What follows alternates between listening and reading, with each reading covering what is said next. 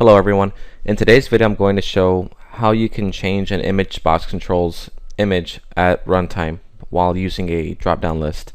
So to give you a quick demonstration on what we'll be doing in this video, I have this data validation list already set up where you have 3 selections, and if you make a selection, big jellyfish, the image box control is changed to a jellyfish image, and if you were to select koala, the icon changes, and if you set up penguins, of course, you get the picture changed out. And I'm going to show you how to complete that in this video. So if this is something you're interested in, stick around. So to get started, I'm going to first off take out the picture, and this is the source code. It's very minimal. So let's go ahead and get started. So one of the first things that you're going to want to do is, of course, create your data validation list. And I have my list set up back here where it's already established, but that sheet will be hidden. But sheet 1, you have the selection here. If you are interested in setting up a list like this, please review my video on data validation. But let me show you how we can go on to the next step now. So what we're going to want to do is insert an image box in right here. So go to your developers tab, insert, and the control I'm using is an ActiveX control, the image.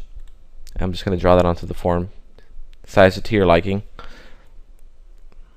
I'm going to hold down the shift key while I draw it out because that'll give me a perfect square. Holding down shift key. And I'm going to right click it, properties, and what you're probably going to want to do is change the picture size mode to stretch, which will be option number 1. And then just keep your name as image 1. You can change it, but just keep that in mind that the name of the control is image 1. And let's show you how to create your code. So what you can do is go to your Visual Basic environment from the Developers tab, and working with sheet 1, you're going to select Worksheet, and on the top right hand corner under Procedure, select Change. Selection Change, we don't need that one. The one that we're going to be modifying is Worksheet Change. So what you can do first off is do message box target.address. Anytime a user makes a change on your form, whether if they're typing into a cell or in design mode, but if they make a change, you'll know what cell is being modified. In this case, it was F2. If I was to modify cell F6 right here, modify it, we get F6. I'm going to delete that and delete that. So that way now in your drop down box, if they make a change, we'll know they're making a change. So now the next step, going to the target address that we're concerned about is D2.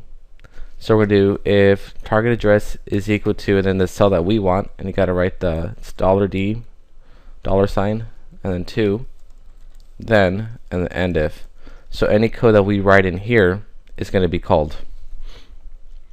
But we're going to have to take it, we need to look at something else. We need to see what value is being selected.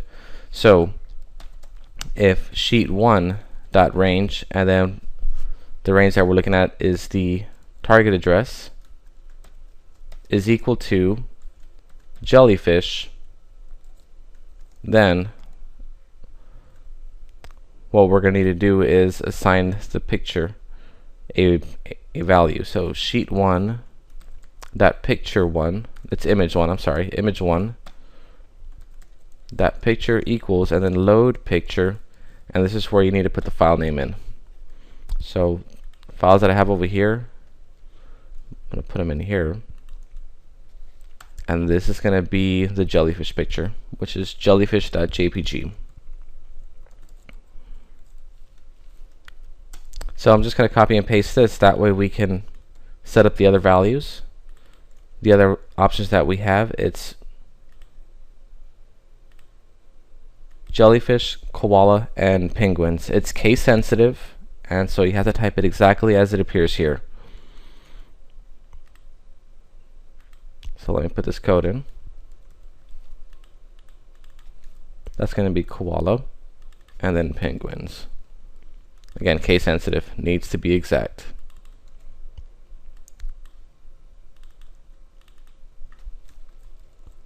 And let me make sure my file names are exactly the same.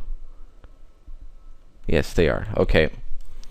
This should do it. And I'm going to go on and close this out and take us out of design mode, because if you're in design mode, nothing will work. If you make a selection, nothing will happen when you're in design mode. Take yourself out of design mode and go on and select jellyfish, and the image loads up.